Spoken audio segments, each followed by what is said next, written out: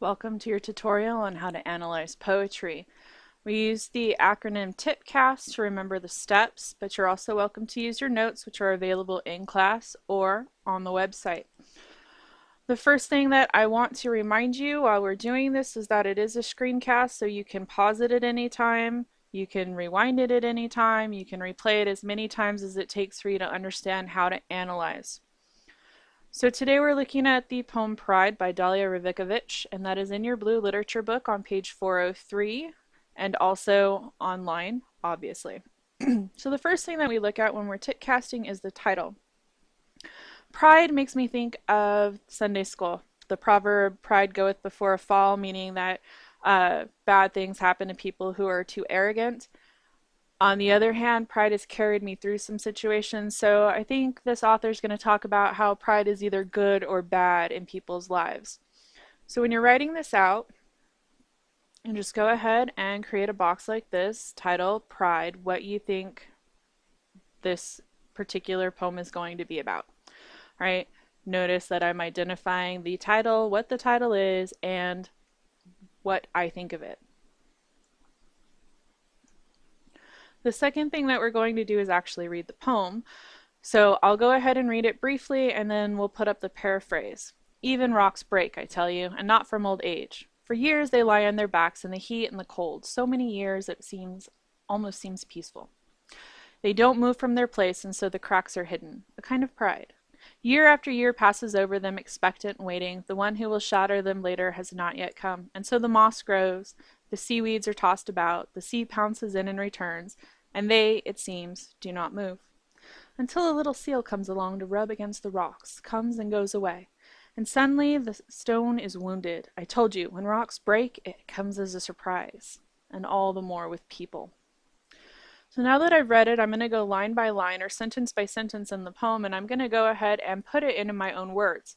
If I laid this out, it would be the same length as the poem, just about. So I'm not summarizing, I'm putting it in my own words. Okay, so pause here and go ahead and read over what I've written so you can see how to do the paraphrasing. The next step is connotations. There's two ways to do that. You can go connotation by connotation, as they're laid out here. These are all the literary devices that you can expect to see in this poem, and then here there are also musical devices at the bottom. All right, so the other way to do it is just to go through the poem and look for things that seem to have a deeper meaning. You only need to find 5 typically, but you know, English teacher, I go way overboard. So the obvious one is that people are being compared to rocks in the last 2 lines. That should be lines.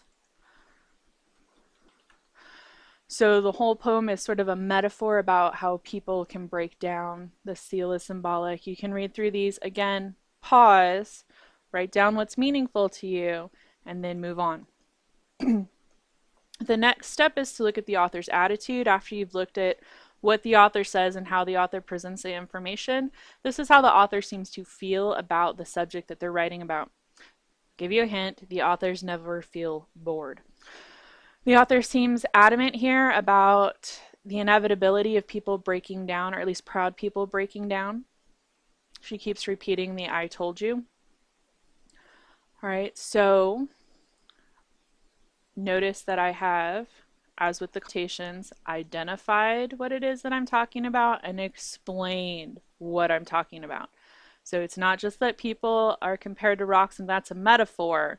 It's that people are compared to rocks, and so the whole poem becomes a metaphor about people breaking down. Here the author has kept repeating I told you, so I feel that she feels this is inevitable in people who are really strong, okay, almost sorrowful. The next step in our tipcast is the shift. The obvious shift here is when the seal comes along. So the rocks go from appearing to be whole, but not, to an open wound. Again, pause wherever you needed. Looking at the title again, pride allows the subject to hide flaws by being unmoved, but also leads to complete destruction. Finally, the theme. Here are some different themes I can get from this poem. The theme is a central message, so what you feel the author's trying to tell us through the writing that they've done, that's the theme. So here I think the obvious one is it's not always possible to understand what's going on beneath the surface for people. You shouldn't judge a book by its cover.